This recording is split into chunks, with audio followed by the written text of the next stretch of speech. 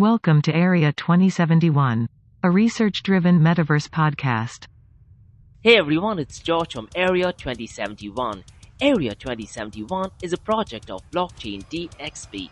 In this podcast series of Area 2071, we focus on Metaverse, everything related to Metaverse and NFT. This podcast primarily focuses on education, information, research and news about Metaverse across the globe. We will discuss some latest news, technological innovation and adoption of Metaverse. We will also discuss how cryptocurrencies and blockchain technology merges with Metaverse. Finally, we also focus on Dubai, UAE and Middle East in the world of Metaverse. So, let's kick this thing off.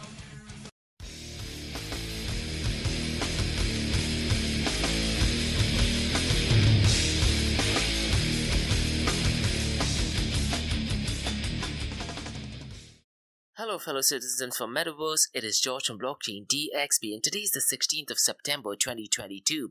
Ethereum has gone green, but the entire cryptocurrency market has gone red, and the cryptocurrency market that is linked to Metaverse is definitely not looking good at all.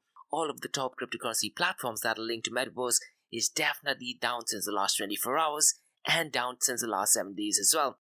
Now in today's episode, what I'm going to be doing is I'm going to be discussing and sharing my opinions on the hardware for Metaverse. I'm going to be discussing virtual reality, augmented reality, and mixed reality. Now in the previous episode, I did talk about the semiconductor and nanochip and the impact that could have in the Metaverse. And in today's episode, I'm going to be discussing what companies could dominate the hardware industry so far as Metaverse is concerned. And I'm going to be sharing my opinion on hybrid Metaverse platforms in comparison to centralized platforms and distributed or decentralized platforms as we like to call it. Finally, we'll also be looking at the top 5 Metaverse news from the world and top 5 Metaverse news from the UAE. So let's kickstart today's episode. So welcome everyone, it's George from Blockchain DXB. You're listening to the Metaverse Everything podcast, and the Metaverse Everything podcast is a research-driven podcast focusing on educational and informational content about Metaverse and its impact. And we'll also be talking about 5 Metaverse news from UAE. And remember guys, Monday to Thursdays, 8 am to 8:30 am, we have Crypto and Coffee at 8, where we cover top news and information pertaining to Bitcoin, blockchain, beyond blockchain, cryptocurrencies, NFTs, DeFi and Metaverse. And how the series of episodes under Crypto and Coffee at 8 works is, we usually cover some top news and information pertaining to the price of cryptocurrencies, some major breaking news, occasionally short and sweet news as well. News that has an impact in the cryptocurrency world. This is followed by 2 news and information related to Dubai, UAE and Middle East from the cryptocurrency world. And Monday to Thursdays, I also have an Ask Me Anything series where you listeners can ask any questions regarding Bitcoin, blockchain, beyond blockchain, cryptocurrencies, NFTs, DeFi and Metaverse. And every Fridays we have the Metaverse Everything podcast that you're listening to right now. So let's kickstart with the price of the top cryptocurrency platforms that are linked to Metaverse. Now listen guys, ever since Ethereum has gone green, the price of Bitcoin, Ethereum, and pretty much all of the cryptocurrencies has gone down. Today's episode, let's look at the price of ApeCoin, Decentraland, Sandbox, Axie Infinity, and Theta Network, as these are the platforms that are linked to Metaverse. Now ApeCoin, since the last 24 hours, is down by 8.64%, and it is currently at $4.59. And since the last 7 days, it is down by 8.33%. Decentraland or Mana is currently at 73 cents. Now Decentraland is marginally up by 1.34% since the last 24 hours, but since the last 7 days, it is down by 8.15%. The Sandbox or Sand is down to 86 cents and it is down by 0.54%, and since the last 7 days, it is down by 10.56%. Axie Infinity or AXS is currently at $12.66. Since the last 24 hours, it is down by 1.93%, and since the last 7 days, it is down by 13.63%. Theta Network or Theta is $1.07, and since the last 24 hours, it is down to 2.17%, and since the last 7 days, it is down by minus 8.13%. My question to you guys is, in 2 years' time, that is by the year 2024, out of these top 5 cryptocurrency platforms or blockchain platforms that are linked to Metaverse, what protocol will still remain in the top 5? Personally, I do think that all of these top 5 platforms might disappear, and we might be having new cryptocurrency platforms or blockchain platforms that are more linked to Metaverse. And those news will be in the top 5, but I'm hoping to be wrong. Now, as of today, the 16th of September, the market cap has gone down and it is currently at $10.9 billion. Now, mind you guys, I'm only talking about the market cap of the cryptocurrency and blockchain platforms that are linked to Metaverse. And the 24-hour trading volume has gone ridiculously low and it is only at $1.1 billion. And since the last 24 hours, it is down by 22.87%.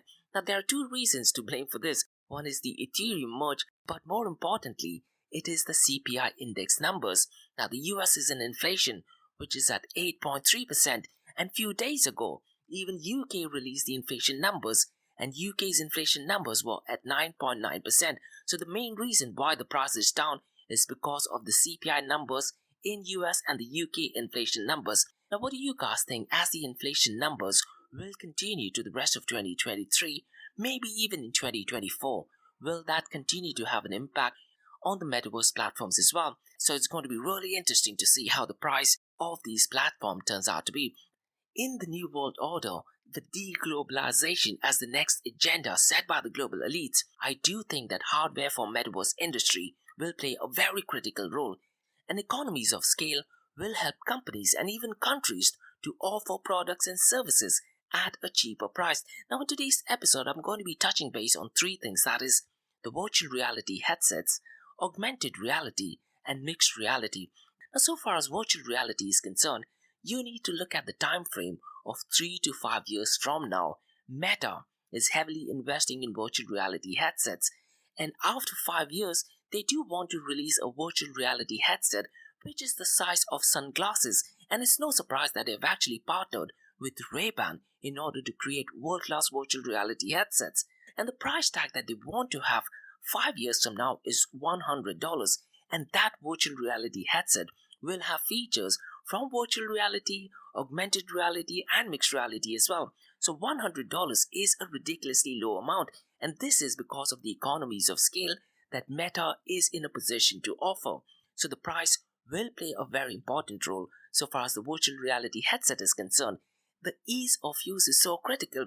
Now, you need to understand, when you're talking about virtual reality, at the current moment, we are only confined to use it within our residential premises or office use. But as and when virtual reality goes mainstream, we will be using the VR headset as we are using the mobile phone. Now, what I mean by that is, we will be using the virtual reality headset while we are going outside, while we are walking in the mall, while we are going in the garden, quite a lot more. So the virtual reality headset needs to focus on the ease of use. So the smaller the device, better image quality and video quality is the key component for virtual reality headsets.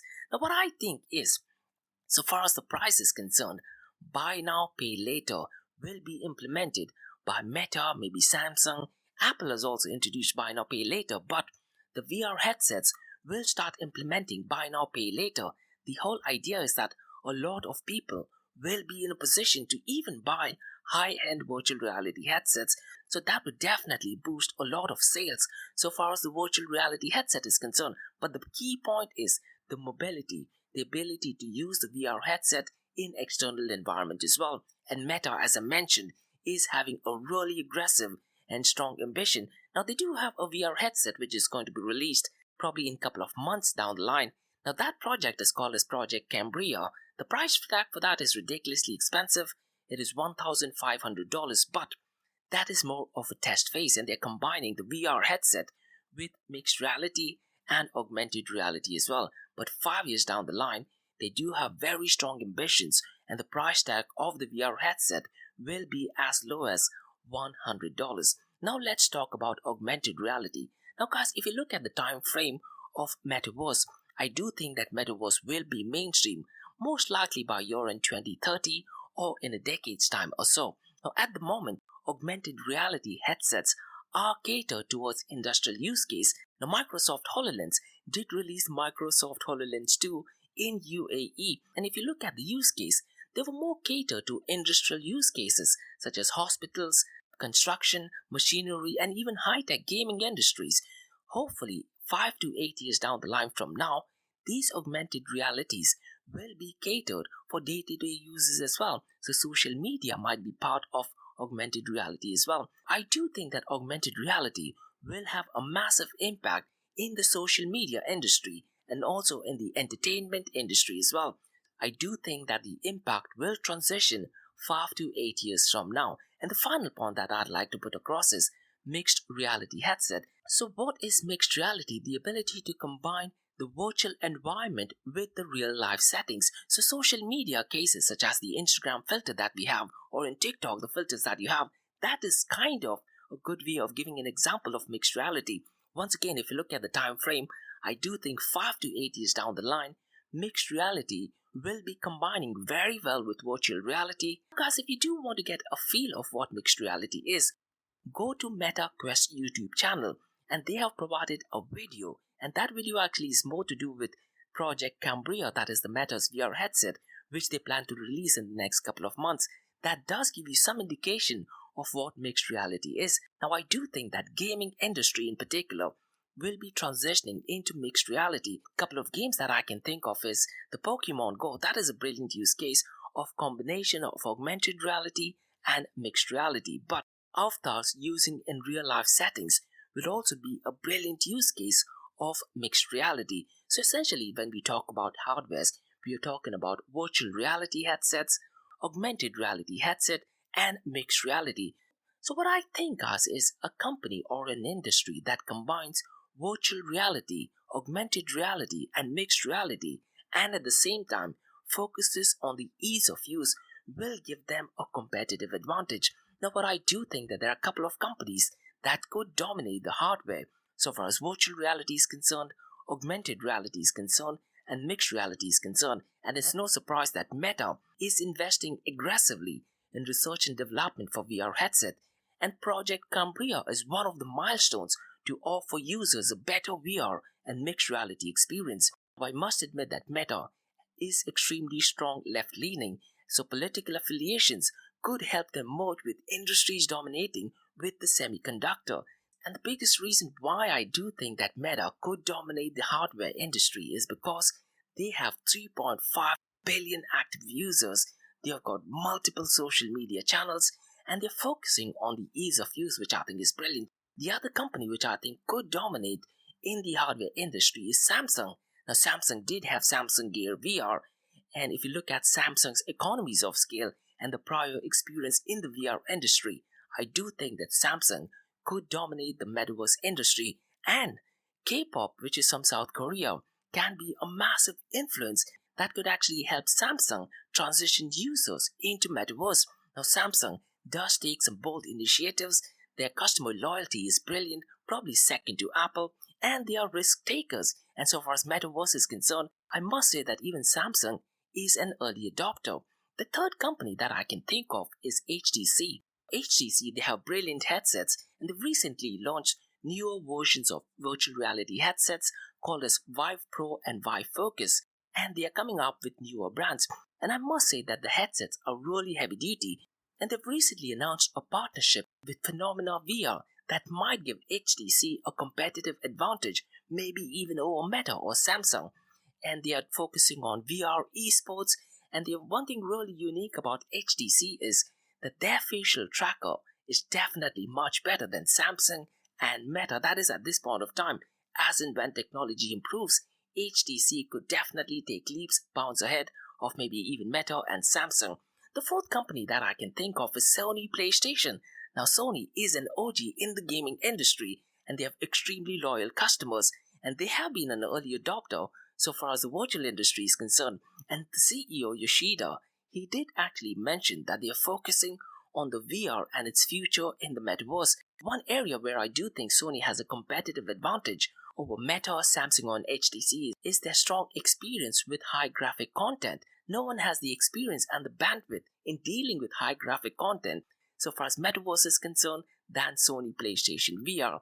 The other companies that I do think could dominate in the hardware industry is Apple, but Apple has not shown keen interest in virtual reality and the augmented reality industry. Microsoft, they have released HoloLens, but they're currently focusing on industrial use case.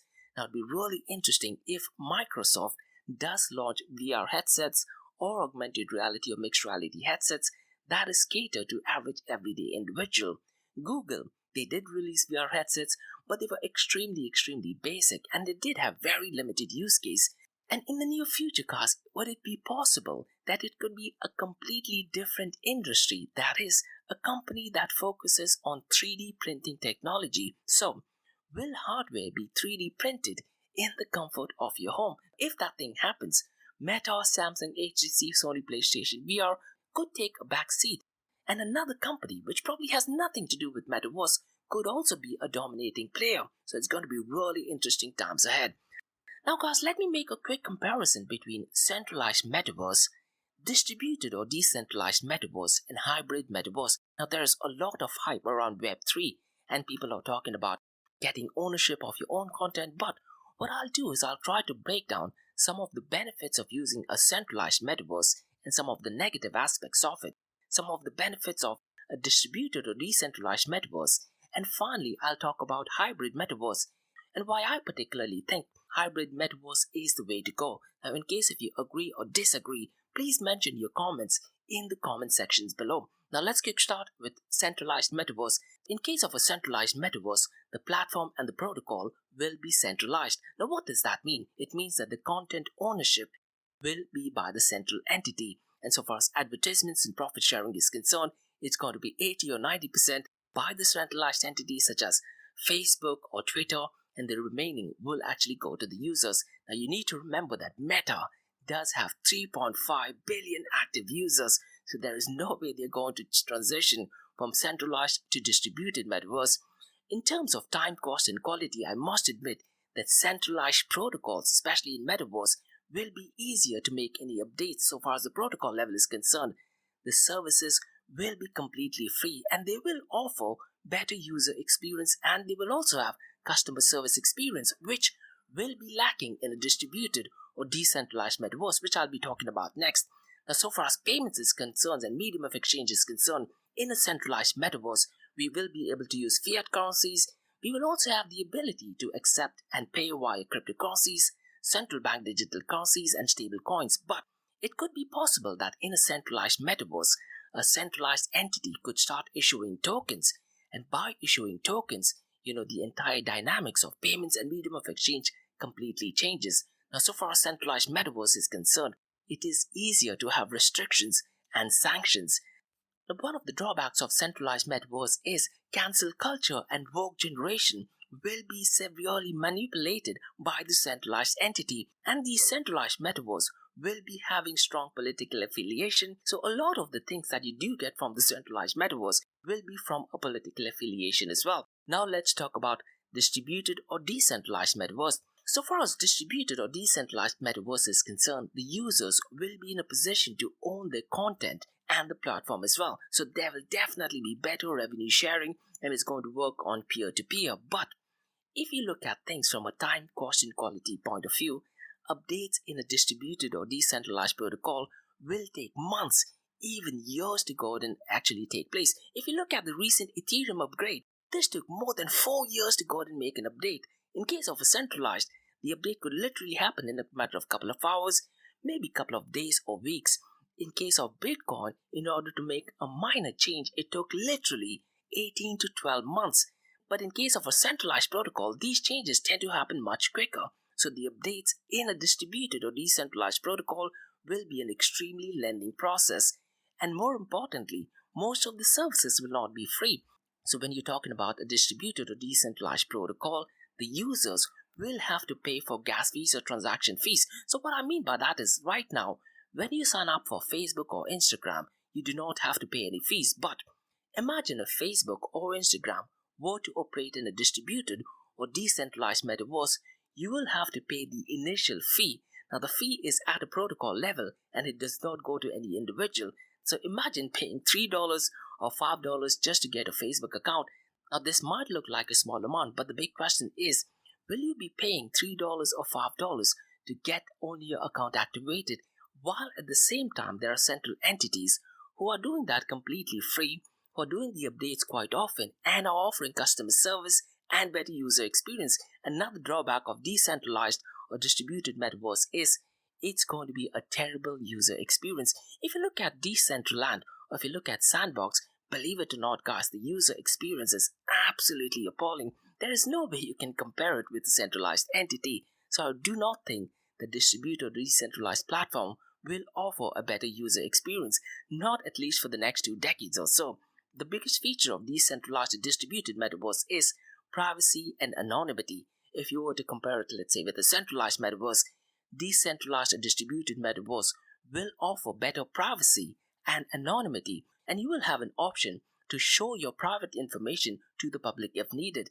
Now, it's so critical to know is that the protocol level will be apolitical in comparison to centralized platforms, which are currently left-wing leaning. So, in a distributed or decentralized platform, there will be less government control and less manipulation. And you need to remember when you talk about the distributed or decentralized metaverse, it needs to follow pillars of open blockchain, that is open source, it needs to be censorship resistant, it needs to be borderless, it needs to be permissionless, neutral, and publicly verifiable. So it's going to be really interesting to see if a distributed or decentralized platform does focus on brilliant user experience, reduce cost, and focuses on updates that do tend to happen really quickly. If that is the case, then I don't think we need a hybrid metaverse. So let me quickly talk about what I think is a hybrid metaverse and why that will succeed. Now, hybrid metaverse will ideally be a platform where the platform or a protocol is centralized, but the apps or the dApps or distributed apps as we like to call it, that would be distributed or decentralized, and the data will also be distributed and decentralized. And this is where the secure hashing algorithm kicks in, and blockchain technology kicks in, and mathematics kicks in as well. So the protocol will be centralized. So you can think of something similar to Binance BNB or Solana or stablecoins. Now these are centralized protocols. So there is a central entity that has actually created the protocol. If you look at the profit sharing, a majority of the chunk does actually go to the central entity, and that's one of the reasons why the voting rights is more favored towards the centralized entity. So what I think is the apps that will be linked to Metaverse needs to be distributed, where you'll have more privacy so far as your profile is concerned, a lot of security, and more importantly, users will be in control of their own data. And when we talk about payments and medium of exchange, it will be the users who get to decide what kind of payment they either want to accept or decline. So they could choose either Bitcoin, any other cryptocurrencies like Dogecoin, or central bank digital currencies as well. But the big question is, how does the voting rights happen? Who would decide if there is a change in the protocol level? Now, if you do have any comments, please mention them in the comments below. So I'm really not sure so far as the voting mechanism is concerned, how will it work? So a hybrid metaverse would essentially be where the platform and the protocol is centralized, but the dApps work on a distributed platform. And I'm not sure if Ethereum could actually handle so many transactions. Now remember guys, Ethereum transitioning from proof of work to proof of stake does reduce the energy consumption, but it does not solve the scalability. If you look at scalability so far as Metaverse is concerned, we're looking at more than 1 million transactions per second. You also need to remember the whole blockchain trilemma problem, that is decentralization, security, and scalability. It's going to be really interesting if there are new cryptography technologies that is in a position to solve all of these. What I do think is so far as a hybrid metaverse is concerned, it would become easier for hardware companies to cater to the needs of the platform. It becomes easier for the hybrid platforms for faster updates and offer better quality and user experience. And as much as I dislike saying it, but content moderation will be ideal in case of, let's say, there's a national security concern or if child pornography is concerned. But could it be possible in the next decade or so that we may have some new cryptography technology that could lead to a much smoother hybrid metaverse where at the platform and protocol level, it is a centralized entity who controls it so that they can do updates, they can offer better quality and user experience, but the dApps are 100% distributed or decentralized. And the big question is, can zero knowledge proof help with merging the dApps onto the protocol level? So when you talk about zero knowledge proof, is it possible to merge it at the dApp connecting to the protocol level? I definitely do think so. Now guys, let's talk about the top 5 metaverse news from around the world. Let's kickstart with Spartan.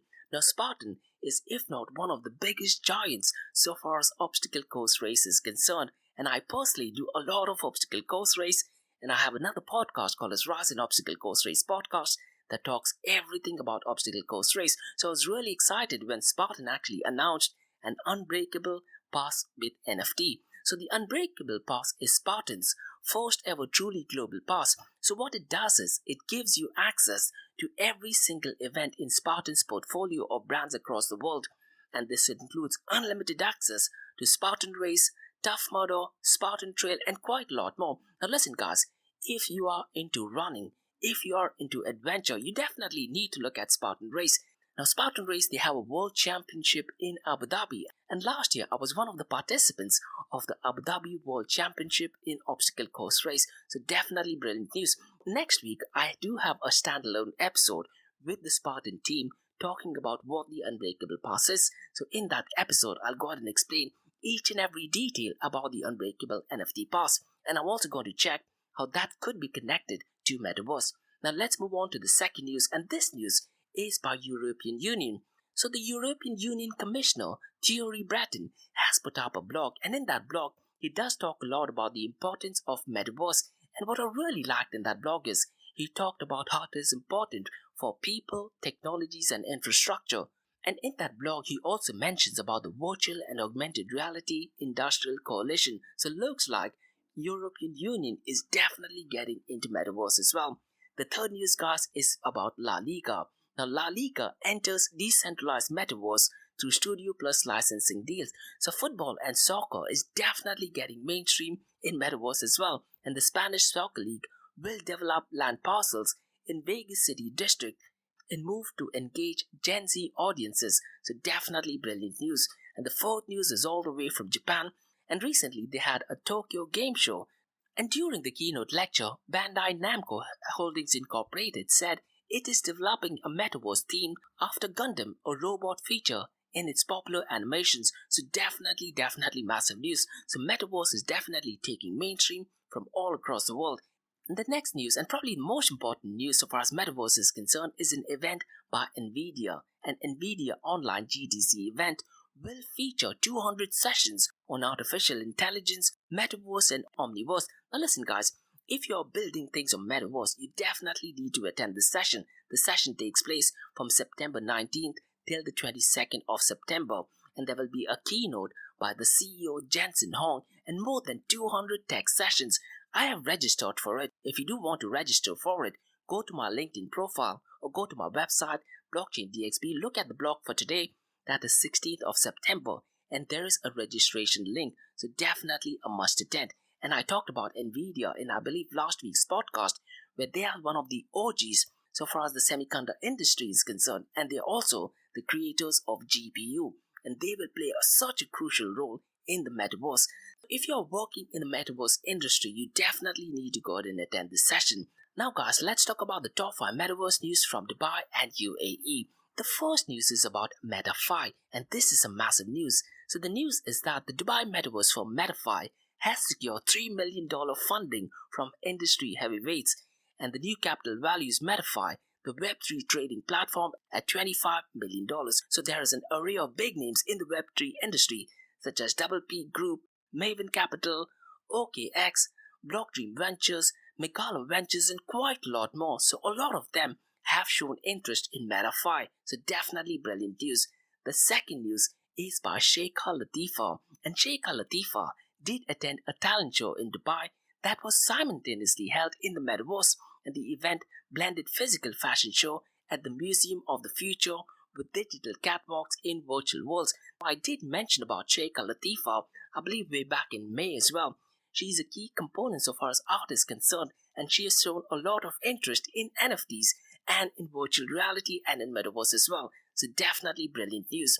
The third news is about Virtue Zone. Now I did talk about Virtue Zone last week, and that was in the crypto blog section, where they were one of the first companies in UAE to accept cryptocurrencies. But this time, the news is about Metaverse, and Virtue Zone is in deal to build a V-shaped tower in Metaverse, and the V-shaped tower will provide an interactive end-to-end ecosystem for digital nomads, remote workers, and global entrepreneurs.